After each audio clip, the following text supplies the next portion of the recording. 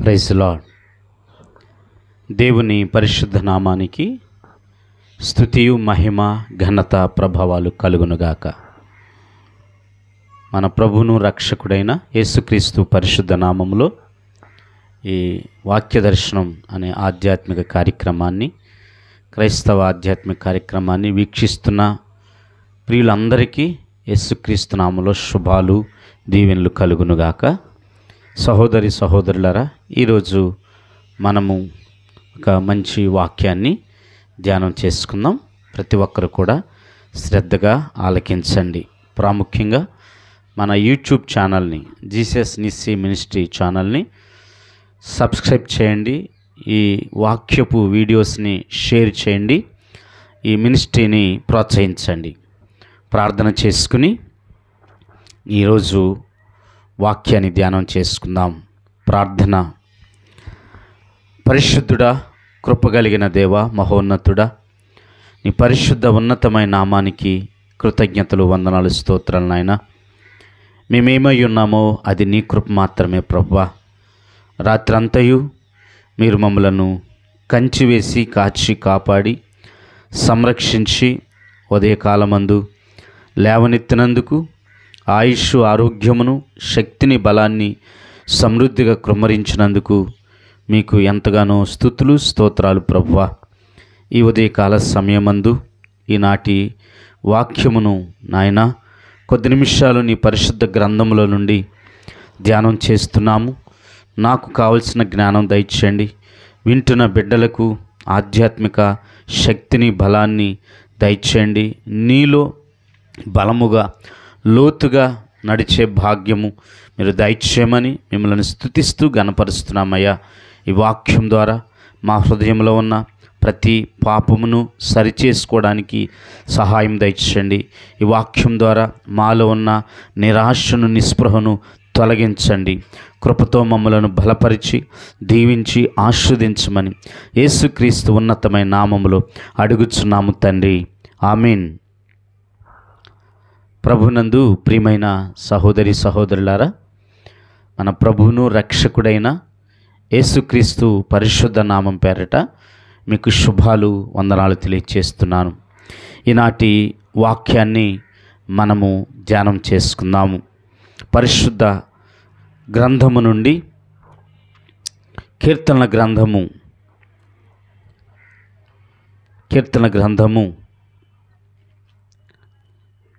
101వ అధ్యాయము, కీర్తన గ్రంథము 101వ అధ్యాయము 6వ చరణాన్ని మనము ధ్యానం చేసుకుందాము. కీర్తనలు 101వ కీర్తన 6వ చరణాన్ని మనం ధ్యానం చేసుకుందాం. నా యొద్ద నివసించున్నట్లు దేశములో నమ్మకస్తులైన వారిని నేను కనిపెట్టుచున్నాను. ప్రభు చాలా స్పష్టంగా తన యొక్క ఉద్దేశాన్ని తెలియచేస్తూ ఉన్నాడండి. ఏమనంటే, I will look with favour on the faithful in the land. నా దగ్గర నివసించినట్లు భూమి మీద నమ్మకస్తులైన వారి కొరకు కనిపెట్టుచున్నాడండి. సహోదరి సహోదరులారా, ఈ సమాజము కానీ, కుటుంబం కానీ, సంఘము కానీ ఒక పద్ధతిలో, ఒక క్రమములో, ఒక ఆశీర్వాదకరంగా ముందుకు నడవాలి అని అంటే మనిషికి మనిషికి మధ్య నమ్మకం అనేది చాలా ప్రాముఖ్యమండి. దేవుడు కూడా మన నుంచి అదే కోరుకుంటున్నాడు. నా యొద్ద నివసించినట్లు దేశములో నమ్మకస్తులైన వారి కొరకు నేను కనిపెట్టుచున్నాను అంటున్నాడు. అనగా దేవుడు మనల్ని ప్రతిరోజు కనిపెట్టుచున్నాడు, చూస్తున్నాడు, పరిశీలిస్తూ ఉన్నాడు. ఎందుకో తెలుసా? మనము దేవునికి నమ్మకస్తులుగా జీవిస్తున్నామా లేదా అనేది పరిశీలన చేస్తున్నాడండి. మనము దేవునికి నమ్మకస్తులుగా జీవిస్తే దేవుని యొద్ద మనకి స్థానం ఉంటుంది. దేవుని పరదైసులో మనకి స్థానం ఉంటుంది. మనం నమ్మకస్తులుగా జీవిస్తే ఇహలోక పరం కూడా దీవెనలు మెండుగా కలుగుతాయి. జ్ఞానైన సొలొమోను సామెతల గ్రంథంలో 28వ అధ్యాయం 20వ వచనంలో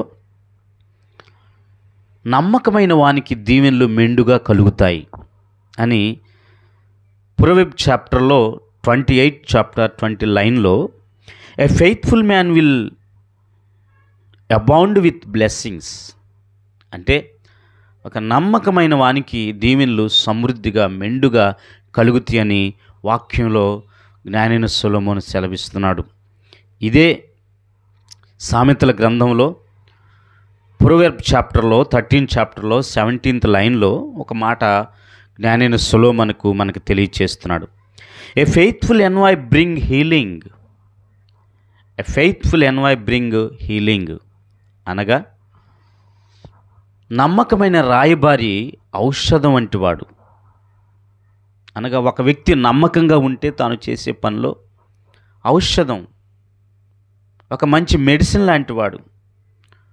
అవునండి, ఒక వ్యక్తి నమ్మకంగా ఉండినప్పుడు ఆ వ్యక్తిని బట్టి ఎదుటి వ్యక్తి గాయపరచబడ్డు, మోసం చేయబడ్డండి. ఈ రోజున ఎందుకు ఇన్ని దారుణమైన సంఘటనలు జరుగుతున్నాయి, ఎందుకు ఇన్ని అనైతిక విలువలు జరుగుతున్నాయి, అనైతిక కార్యక్రమాలు, మోరల్ వాల్యూస్ పడిపోతున్నాయి? ఎందుకో తెలుసా? ఎందుకు ఇన్ని క్రైమ్స్ జరుగుతున్నాయి, ఎందుకు ఇన్ని చీటింగ్స్ జరుగుతున్నాయి, మోసాలు, అకృత్యాలు, నేరాలు భయంకరంగా జరుగుతున్నాయి కదా సొసైటీలో. ఎందుకు ఇలా జరుగుతున్నాయి అంటే మనుషులకి మధ్య నమ్మకం అనేది క్షీణించిపోతుంది. మనిషికి మధ్య నమ్మక ద్రోహం పెరుగుతుందండి. ఈ రోజున కుటుంబాల్లో నెమ్మది లేకపోవటం, భార్యకి భర్తకి భార్యకి మధ్య సరైన సమాధానకరమైన స్థితి లేకపోవడం కారణం ఏంటండి?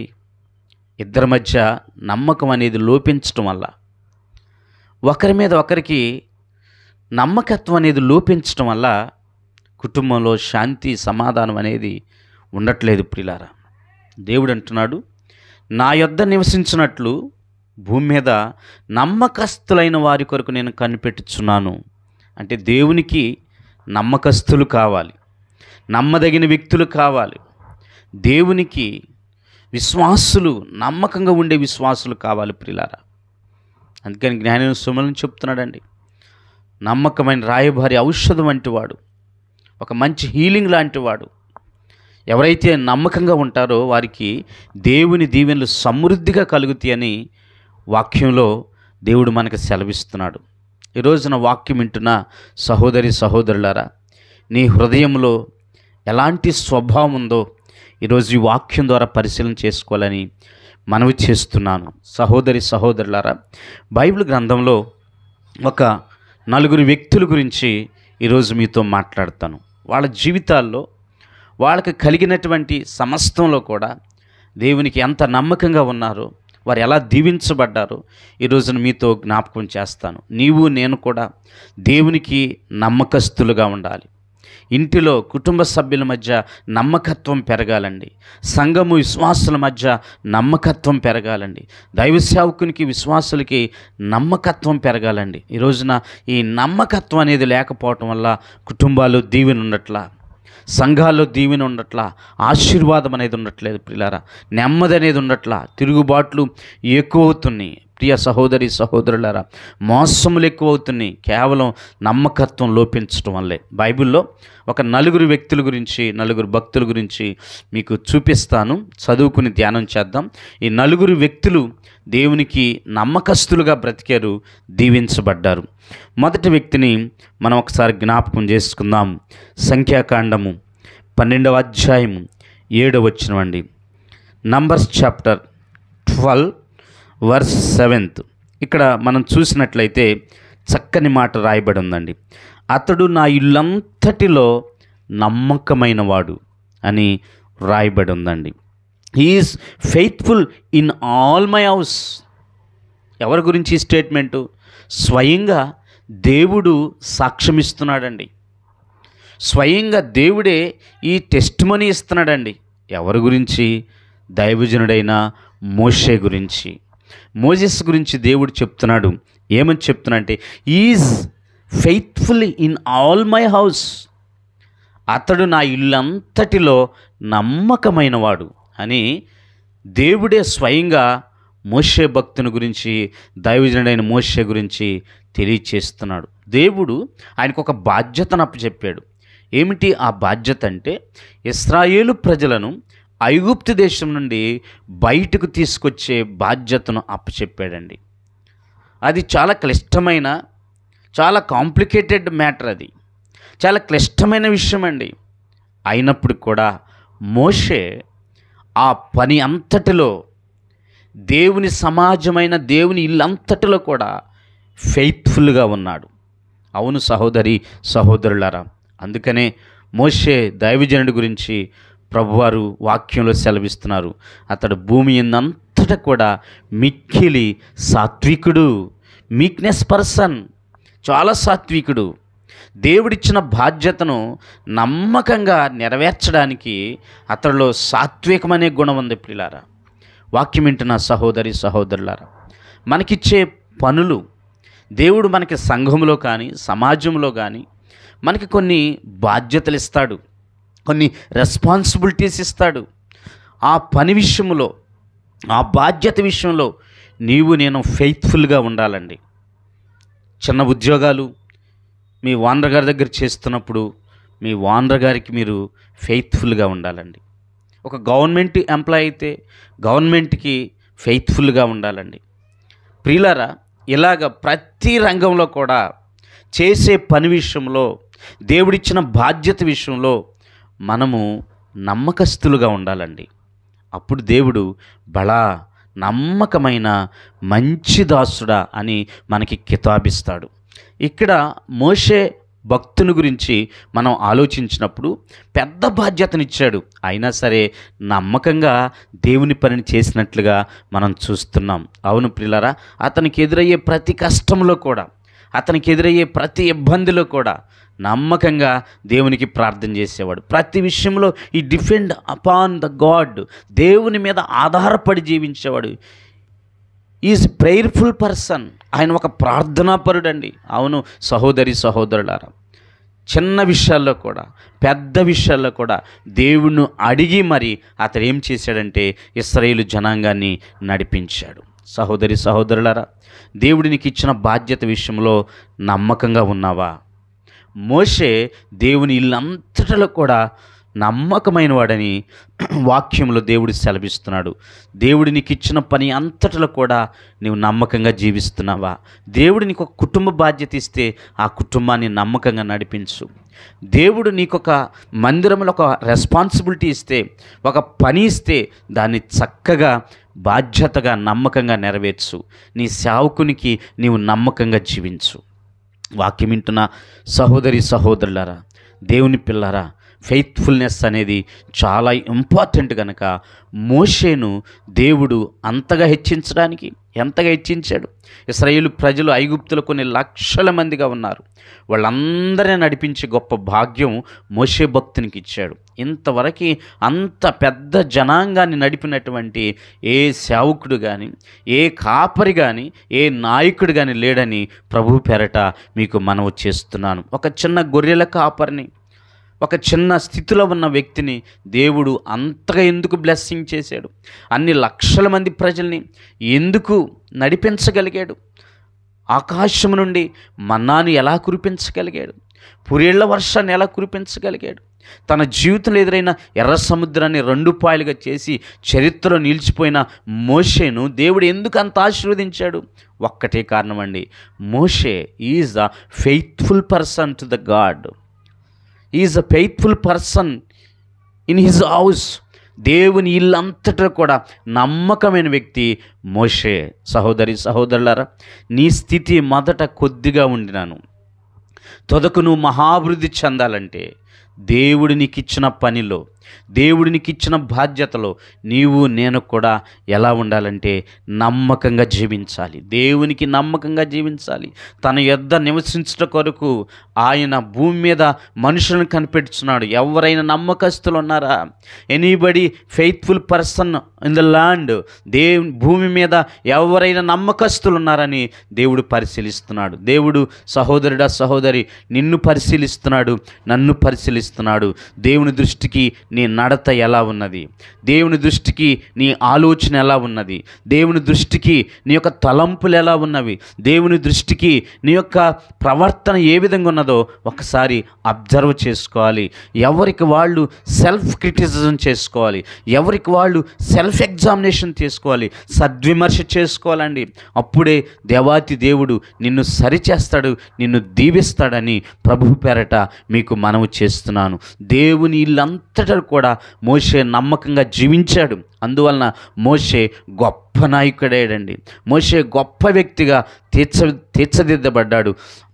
దేవుడే స్వయంగా మోషే నా ఇల్లంతటిలో నమ్మకమైన వాడని వాక్యంలో సెలవిస్తున్నాడు.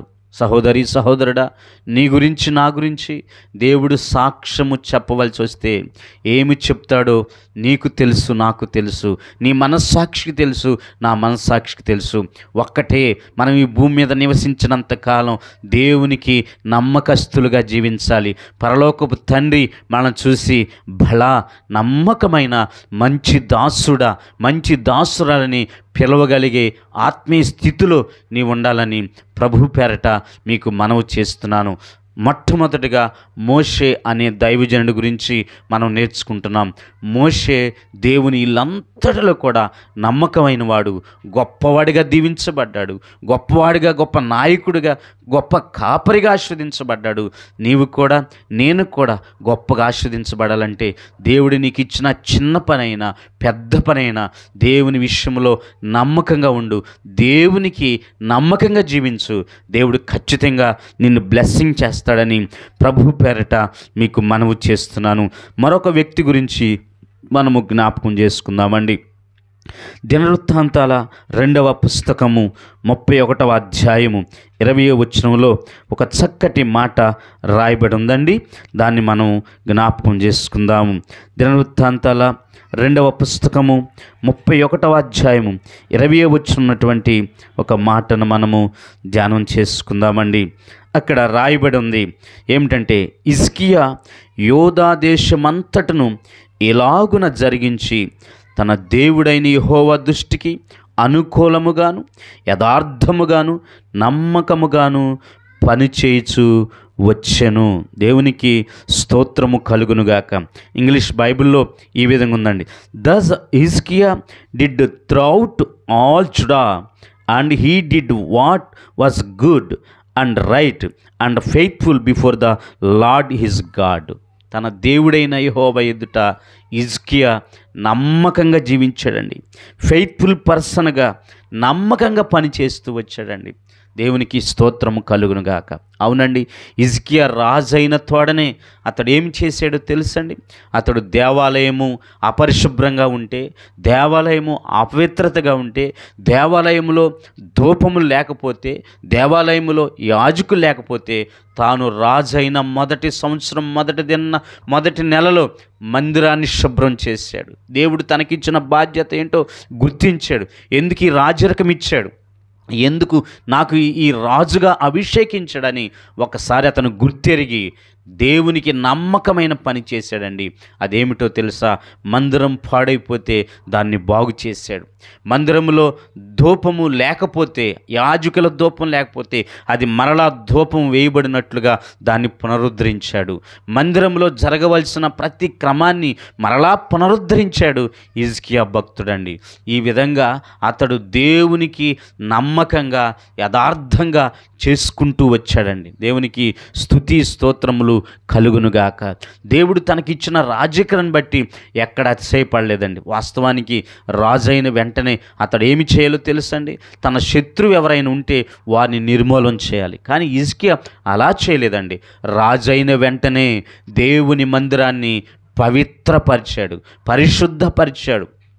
ఉదయమునే లేచి పెందలకడ లేచి రాజైన హిజ్కియా తన యొక్క అధికారులను, యాజకులను లేపి మరలా లేపి దేవుని మందిరానికి వెళ్ళి అక్కడ ధూపము వేస్తూ ఉన్నట్టుగా మనం చూస్తున్నాం ప్రియులారా. దేవుడు తనకిచ్చిన ఆ గొప్ప రాజరికాన్ని దేవుని పని కొరకు ఉపయోగించాడు. దేవుని దృష్టికి నమ్మకంగా జీవించాడండి. Before the Lord is faithful person. దేవుని ముందు అతడు చాలా నమ్మకమైన వ్యక్తి. అందుకనే హిజ్కియా జీవితంలో ఎంత గొప్ప కార్యాన్ని రుచి చూశాడండి. ఆయన ఎంత గొప్ప కార్యాన్ని రుచి చూశాడంటే, చనిపోతాడనుకున్న హిజ్కియా మరలా 15 సంవత్సరాల ఆయుష్ను పొందుకున్నట్లుగా మనకి లేఖనాలు సెలవిస్తున్నాయి. అవును ప్రియులారా, ఒక వ్యక్తి దేవునికి ఫేవర్గా ఉంటే, ఒక వ్యక్తి దేవునికి ఫెయిత్ఫుల్గా ఉంటే, ఒక వ్యక్తి దేవునికి ఇష్టముగా ఉంటే అతన్ని దేవుడు ఏం చేస్తాడో తెలుసా? మరణం నుండి తప్పిస్తాడు. వాక్యం సెలవిస్తుంది, మరణము తప్పించుట యెహోవా వశమని వాక్యంలో సెలవిస్తున్నదండి. ప్రియులారా, మనం సామెతల గ్రంథంలో అదే నేర్చుకున్నామండి. A faithful man will abound with blessings. నమ్మకమైన వానికి దీవెనలు మెండుగా కలుగుతాయి. ఆ దీవెనల్లో ఒక దీవెన ఏంటంటే దేవుడిచ్చే ఆయుష్. ప్రియులారా, దేవుడిచ్చే ఆయుష్ను ఎవరు పొందుకున్నారంటే హిజ్కియా భక్తుడు పొందుకున్నట్టుగా మనం చూస్తున్నాం. రాజైన హిజ్కియా పొందుకున్నట్టుగా మనం చూస్తున్నాం. సహోదరులారా, దేవుడు నీకు ఇచ్చిన పనిలో దేవుని దృష్టికి నీవు నమ్మకంగా జీవించాలి. ఇక్కడ వాక్యం సెలవిస్తుంది, తన దేవుడైన యెహోవా దృష్టికి అనుకూలముగాను యథార్థముగాను నమ్మకముగాను పని చేయిచూ వచ్చాను. హిజ్కియా నమ్మకంగా పని చేస్తూ వచ్చాడు. దేవునికి ఇచ్చిన చిన్న ఉద్యోగమైన, పెద్ద ఉద్యోగమైన, దేవునికి ఇచ్చిన చిన్న సంఘమైన, పెద్ద సంఘమైన, దేవునికి ఏది ఇచ్చినా సరే దాన్ని నమ్మకంగా చేసుకుంటూ వెళ్ళు. దేవుడు నీ నమ్మకాన్ని చూసి బలా నమ్మకమైన మంచి దాసుడా అని నిన్ను దేవుడు ఆశీర్వదించబడే పరిస్థితులు వస్తాయి. కనుక హిజ్కియా భక్తుడు దేవుని దృష్టికి నమ్మకస్తుడిగా ఉన్నాడు, ఫెయిత్ఫుల్ పర్సన్గా ఉన్నాడు. అతడు మరలా ఆయుష్కాలాన్ని పొందుకున్నట్టుగా వాక్యం సెలవిస్తుంది. సహోదరుడా, ఈ ఉదయకాల సమయమందు నీ జీవితంలో బలహీనతల చేత, వ్యాధుల చేత, మరణ భయం చేత నీవు పీడింపబడుచున్నావేమో. ఒక్కసారి నీలో అవిధేయత ఏమైనా ఉంటే సరి చేసుకో. దేవుని దృష్టికి ఎక్కడైనా నమ్మకాన్ని కోల్పోయేవేమో, దేవుని దృష్టికి నమ్మకంగా లేకుండా నమ్మక ద్రోహిగా జీవిస్తున్నావేమో. ఒక్కసారి పరిశీలన చేసుకోగలుగుతావా? ఒక్కసారి నీ జీవితంలో సరి చేసుకోగలుగుతావా? దేవుని దృష్టికి ఎక్కడైనా తప్పిపోయేవేమో, దేవుని దృష్టికి ఎక్కడైనా నీవు తప్పిపోయి విచ్చలవిడిగా జీవిస్తున్నావేమో. పరిశీలన చేసుకో. నువ్వు పరిశీలన చేసుకుని ప్రభు ఎదుట సరి చేసుకో. తండ్రి, నన్ను జ్ఞాపకం చేసుకయ్యా. నాకు మరణ భయం, నాకు రోగములు, బలహీనతలు ఉన్నాయి ప్రభువా, వీటన్నిటినీ తొలగించండి ప్రభువా. నీకు నమ్మకంగా నేను జీవిస్తానయ్యా. హిజ్కియా వలె మీరిచ్చిన పనిని నమ్మకంగా చేసుకుంటానయ్యా అని దేవుని దగ్గర ఒక తీర్మానం చేసుకోగలిగితే దేవుడు నీ మరణ భయాన్ని తీసివేస్తాడు. దేవుడు నీకున్న బలహీనతలను, వ్యాధులను చక్కబరిచి ఆయన నిన్ను లేవనెత్తాడని ప్రభు పేరట మీకు మనవి చేస్తున్నాను. బైబిల్లో మొట్టమొదటిగా మోషే నమ్మకస్తుడిగా ఉన్నాడు. దేవుడు ఆయన్ని ఆశీర్వదించాడు. హిజ్కియా దేవునికి నమ్మకంగా పనిచేశాడు. దేవుడు ఆయనకి ఆరోగ్యమును ప్రసాదించాడు. ఇక మూడో విషయాన్ని మనం జ్ఞాపకం చేసుకుందాం ప్రియులారా. ప్రతి ఒక్కరు కూడా శ్రద్ధగా ఆలకించాలని మీకు ప్రభు పేరట మనం చేస్తున్నానండి.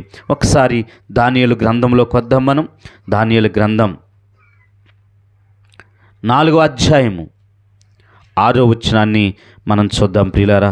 దానియేలు గ్రంథం 4వ అధ్యాయము 6వ వచనాన్ని మనం ఒక్కసారి చదువుకుందాం. Daniel chapter 4th verse 6th line. ఇక్కడ మనం చూసినట్లయితే ఒక చక్కటి మాట మనకి కనిపిస్తున్నది.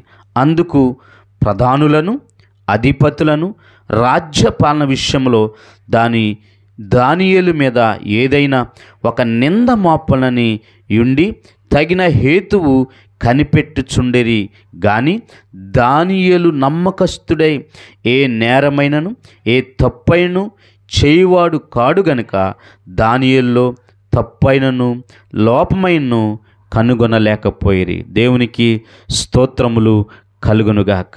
ఇక్కడ దానియేలు అను భక్తుడి గురించి మనం నేర్చుకుంటూ ఉన్నాం ప్రియులారా. ఏమిటి దానియేలులో ఉన్న గొప్ప విషయం ఏంటంటే, ఈ దానియేలు గ్రంథం 6వ అధ్యాయము 4వ వచనంలో మనం చూస్తే, ఏదైనా ఒక నింద మోపాలని అక్కడున్న ప్రధానులు, అధిపతులు ఏదైనా ఒక నింద మోపాలని దానియేలు మీద, దానియేలు భక్తి జీవితం మీద ఒక టార్గెట్ కలిగి ఉన్నారు. ఆయన్ని ఒక టార్గెట్ చేశారండి. అతన్ని రాజుగారి ముందుల బలహీనుడిగా చేయాలని, రాజుగారి ముందు ఆయన్ని తగ్గించి వేయాలని, రాజుగారి దగ్గర అతనిని ఉద్యోగం నుంచి తొలగించాలని ఎన్నో రకాల కుయుక్తులు పన్నారు, ఎన్నో రకాల కుట్రలు పన్నారండి అధికారులు, అధిపతులు, ప్రధానులు. ప్రియులారా, మనం జ్ఞాపకం చేసుకున్నట్టయితే ఇన్ని రకాలైన ప్రయత్నాలు చేశారండి ఆయన మీద. అందుకు ప్రధానులు, అధిపతులు, రాజ్యపాలన విషయంలో దానియేలు మీద ఏదైనా ఒక నింద మోపాలని ఉండి తగిన హేతువు కనిపెట్టుచుండేరు. కానీ దానియేలు నమ్మకస్తుడై ఏ నేరమైనను ఏ తప్పైనను చేయువాడు కాడు గనుక దానియేలులో తప్పైనను లోపమైనను కనుగొనలేకపోయేరి. దేవునికి స్తోత్రము కలుగునుగాక. దానియేలు ఎలాంటి వాడండి? నమ్మకస్తుడు. ఏ విషయాల్లో దేవుడు అతన్ని ప్రధానిగా చేశాడు, ఆ పనిలో నమ్మకస్తుడుగా ఉన్నాడు. దేవుడు ఆయనకి జ్ఞానం ఇచ్చాడు, ఆ జ్ఞానం విషయంలో నమ్మకస్తుడుగా ఉన్నాడు. బైబిల్లో దానియేలు ఆధిక్యతను మనం పరిశీలిస్తూ వస్తే తినే విషయంలో, త్రాగే విషయంలో, చూసే విషయంలో, ప్రతి విషయంలో జాగ్రత్త పడి దేవునికి నమ్మకస్తుడిగా ఉన్నాడండి. దేవునికి స్తుతి కలుగునుగాక. భక్తి చేసే విషయంలో కూడా నమ్మకస్తుడిగా ఉన్నాడు. కొంతమంది వారి జీవితంలో మందిరంలో ఉన్నప్పుడు ఉన్న భక్తి బయటికి వెళ్ళినప్పుడు, ఇంటికి వెళ్ళినప్పుడు, సమాజంలోకి వెళ్ళినప్పుడు ఉండదండి. ఏ ఎండకు ఆ గొడుగు అన్నట్లుగా వారి జీవితాల్లో భక్తిని చేస్తూ ఉంటారండి, భక్తిని చేస్తూ ఉంటారు. వాళ్ళని ఏమంటారు తెలుసా? వేషధారులు అంటారండి. దానియేలు గ్రంథంలో దానియేలు మనం చూసినట్లయితే అతడికి ప్రధాన మంత్రి అవ్వకముందు బానిసగా ఉన్నప్పుడు అతడు దేవునికి నమ్మకస్తుడిగా జీవించాడు.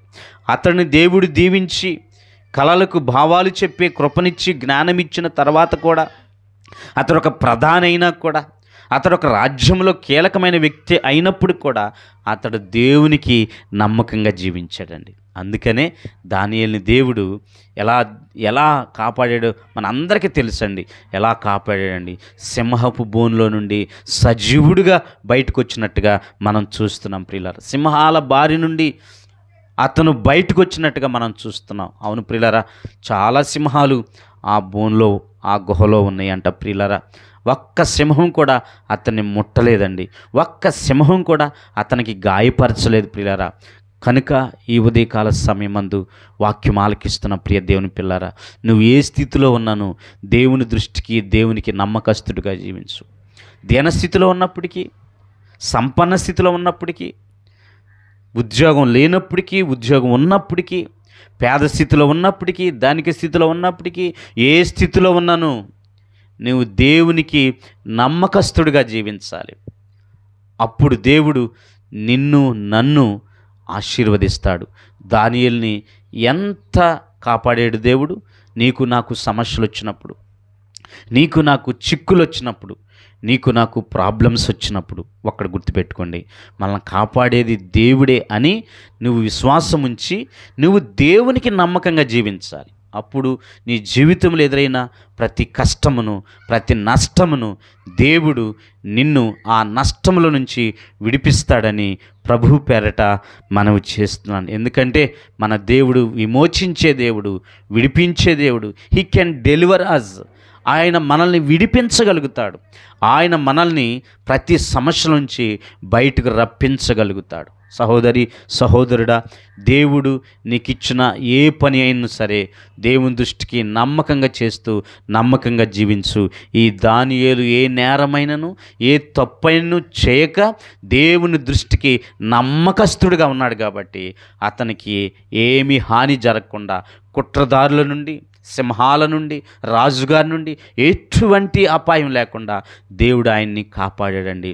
వాక్యం సెలవిస్తుంది, దేవుడు వాగ్దానం ఇచ్చాడు, నీకు విరోధముగా రూపించబడిన ఏ ఆయుధము వర్ధిల్లకుండా నేను చేస్తానని దేవుడు సెలవిస్తున్నాడు. సహోదరుడా, సహోదరి, నీకు విరోధంగా ఏ సమస్య అయినా, ఏ బాధ అయినా, ఏ కష్టమైనా అది రూపొందించబడినప్పుడు కూడా నీవు అన్ని విషయాల్లో దేవునికి నమ్మకస్తుడిగా జీవించు. వాటన్నిటి నుంచి దేవుడు విడిపిస్తాడని ప్రభు పేరట మీకు మనవి చేస్తున్నాను. మొట్టమొదటిగా మనము మోషే భక్తుని గురించి, తర్వాత హిజ్కియా భక్తుని గురించి, తర్వాత దానియేలు భక్తుని గురించి ఆఖరిగా ఒక మాట మీతో చెప్తానండి. ఒకసారి మనము నెహెమ్యా గ్రంథంలోకి వచ్చినట్లయితే అక్కడ ఒక చక్కటి మాట రాయబడి ఉందండి. నెహెమ్యా గ్రంథము 9వ అధ్యాయము 8వ వచనాన్ని మనం చూద్దాం ప్రియులారా. నెహెమ్యా గ్రంథము 9వ అధ్యాయం 8వ వచనం. అతడు నమ్మకమైన మనస్సు గలవాడని ఎరిగి కనానీయులు, హిత్తీలు, అమోరీలు, పెరిజ్జీలు, ఎబూసీలు, గిర్గాషీలు అని వారి దేశమును అతని సంతతి వారికి ఇచ్చినట్లు అతనితో నిబంధన చేసిన వాడవు నీవే. దేవునికి స్తోత్రం కలుగునుగాక. ఎవరి గురించి ఈ యొక్క స్టేట్మెంటు, ఎవరి గురించి ఈ యొక్క ఎవిడెన్స్ టెస్టిమనీ అంటే మన పితరుడైన అబ్రహాము గురించి.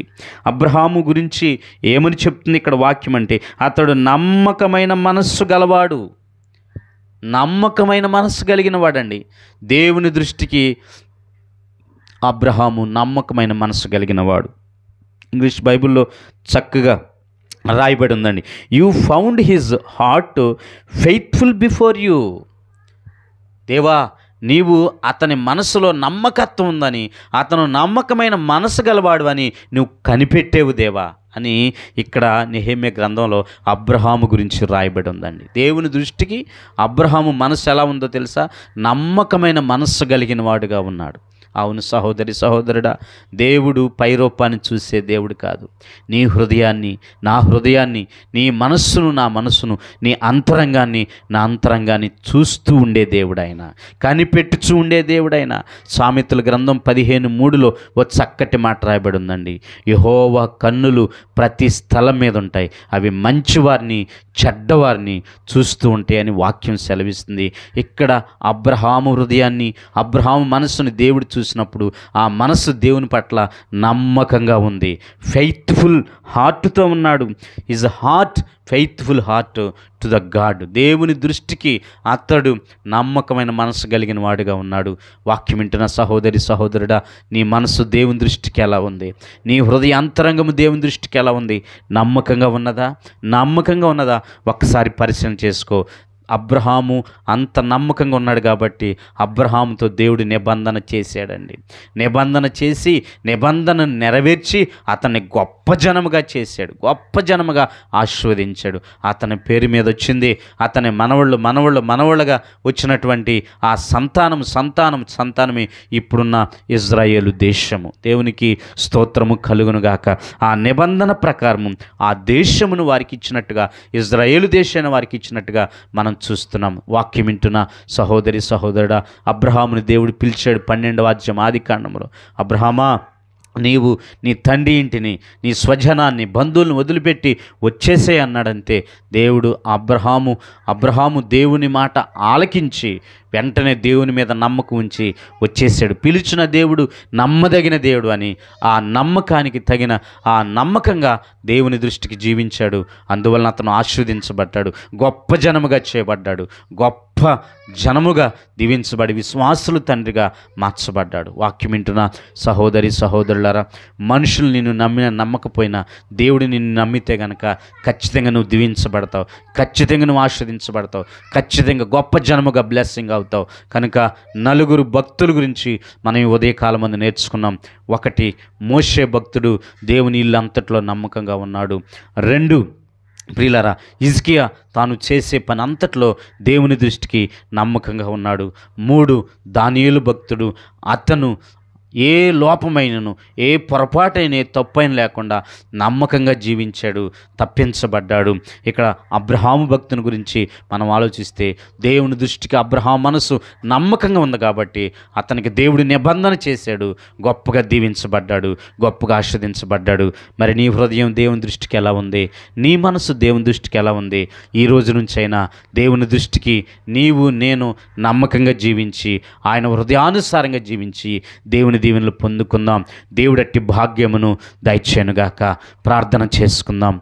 పరిశుద్ధుడా, మీకు స్తోత్రాలు. ఈ ఉదయకాల సమయమందు మీరిచ్చిన వాక్యమును బట్టి మీకు స్తోత్రాలు. ఆయన దేశంలో నమ్మకస్తులు ఎవరైనా ఉన్నారని ప్రభువా, మీరు ప్రభువా కనిపెట్టుచు ఉన్నారయ్యా, వెతుకుచున్నారయ్యా. మా జీవితాలు, మా హృదయాలు, మా మనస్సులు మీకు నమ్మకంగా ఉండులాగున మమ్మలను దీవించండి.